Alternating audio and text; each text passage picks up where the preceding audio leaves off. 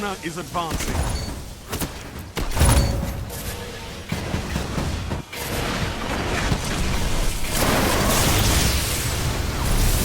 Your team ignited the rift.